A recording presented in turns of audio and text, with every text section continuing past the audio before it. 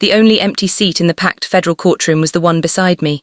I was there not as a criminal, but as a liability, framed by the people who signed my birth certificate. Across the aisle, my stepmother, Elena, dabbed her eyes with a lace handkerchief, a performance worthy of a Golden Globe.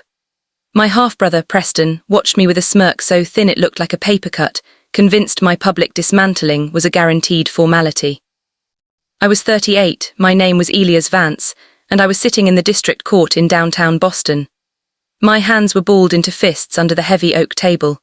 The court smelled of old paper and the cloying scent of Elena's gardenia perfume, a nauseating echo of every dinner party I'd spent trying to disappear. Ready to show them the full blueprint? A quiet voice asked. Dr. Lena Sharma, my attorney, didn't look at me.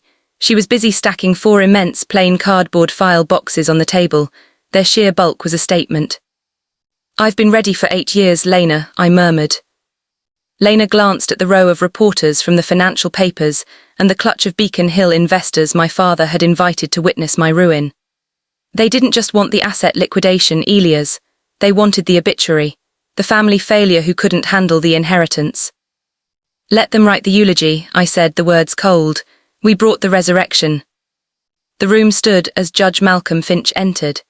He was a man with the weary air of someone who had seen too many family squabbles dressed up as corporate litigation. The plaintiff's lawyer, a silk-suited shark named Mr. Alastair Reed, rose with a practiced sigh. Your Honour, we approach this with great sorrow. This is a simple case of reckless squandering. The debtor, Mr. Vance, solicited a rescue investment from his brother, Mr. Preston Albright, for the sum of $3.1 million. Reed's voice was a theatrical baritone.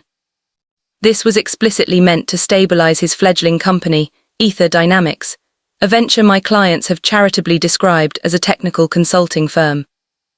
A low murmur rippled through the gallery. $3.1 million. A fortune, and to my family a bullet. Reed painted the familiar picture.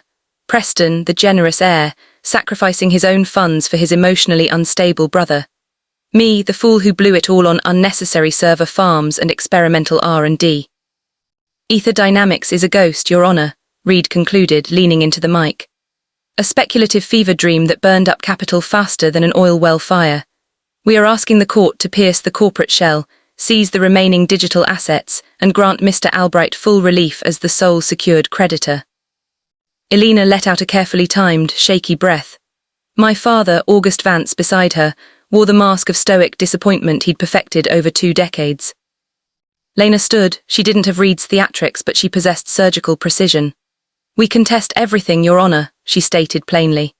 The nature of the debt, the claim of insolvency, and especially the characterization of Ether Dynamics as a mere fever dream. The plaintiff claims $3.1 million was loaned.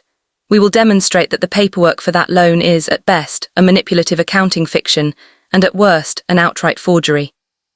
She tapped the tallest box. Ether Dynamics is not insolvent. In fact, it is the quiet cornerstone of a regional critical resource network. And the plaintiff's urgency is not about recouping a loss. It is about seizing a strategic foothold. Preston scoffed, a small, arrogant sound. He thought we had nothing but rhetoric.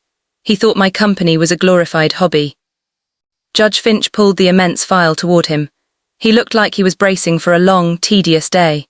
He flipped through Reed's exhibits, pausing at the section detailing the meager assets Preston was hopping to liquidate. Then his hand froze. He scanned the document, tilting his head. The air pressure in the room seemed to drop.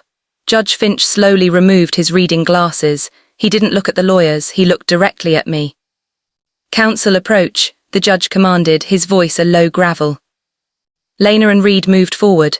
Finch pointed to a line item in the asset list, speaking in a low, urgent murmur. Lena's face remained neutral, but Alastair Reed went white. The colour drained from his face as if a plug had been pulled, leaving his expensive suit looking 2 sizes too big for him.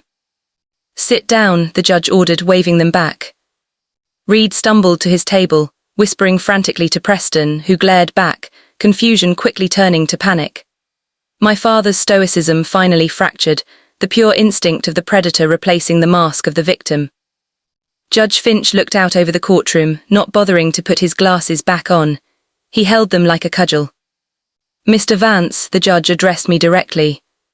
Yes, Your Honour, I answered, my voice solid, the long-dormant adrenaline finally hitting my blood. I was reading a trade digest this morning, entirely unrelated to this docket, the judge said, his tone deceptively conversational.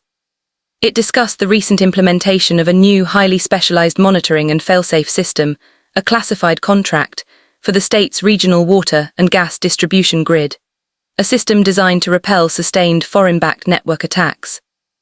The room was utterly silent. The digest mentioned the key contractor, the judge continued, his gaze sharp. A firm considered the gold standard in proprietary SCADA security protocol. That firm, if my recollection is accurate, was named Ether Dynamics. Elena's handkerchief froze inches from her eye. My father's breath hitched. The judge turned to read. Your filing states Ether Dynamics is a worthless shell. You are asking this court to transfer a company, which appears to be actively managing vital public utility infrastructure, to a private creditor based on an alleged personal loan. Reed stammered, Your Honor, the media reports are inflated. My client believes the financial reality is. The financial reality, the judge interrupted, his voice now a loud, authoritative boom, is that I am looking at a bankruptcy petition for a company that, by my best estimate, is currently valued at north of $250 million based on recently executed public contracts alone. A company that safeguards federal infrastructure is listed in my docket as a hobby. My father's head whipped around to stare at me, his shock not a performance but a seismic event. He had truly believed he was crushing a startup lemonade stand. He didn't know he was trying to seize a missile silo. Judge Finch leaned forward, his eyes burning into the plaintiff's table. Why, he asked quietly, the microphone amplifying the menace in his tone, is a company with active top-tier contracts in industrial control system security being targeted by a petition based on a questionable loan from a family member? I looked at Preston. The panic was gone, replaced by pure, blinding fury. He knew. He hadn't been trying to collect a debt. He had been trying to legally obtain the security clearance and the proprietary contracts that came with control of Ether Dynamics. I looked back at the judge, letting the triumphant calm wash over me. Because, Your Honor, I stated, my voice ringing clear, they assumed you wouldn't look past the name on the family ledger. Judge Finch studied me. Then he looked at Alastair Reed, and the expression on his face made every reporter in the room start furiously typing. It was the look of a gatekeeper who realized his gate was being used for a hostile takeover. The script had not only been flipped, it had been incinerated. The 8 years I had spent building my fortress, not with their money but in spite of their dismissal, were finally paying off. The light was about to come on, and it was going to expose every shadow they had cast.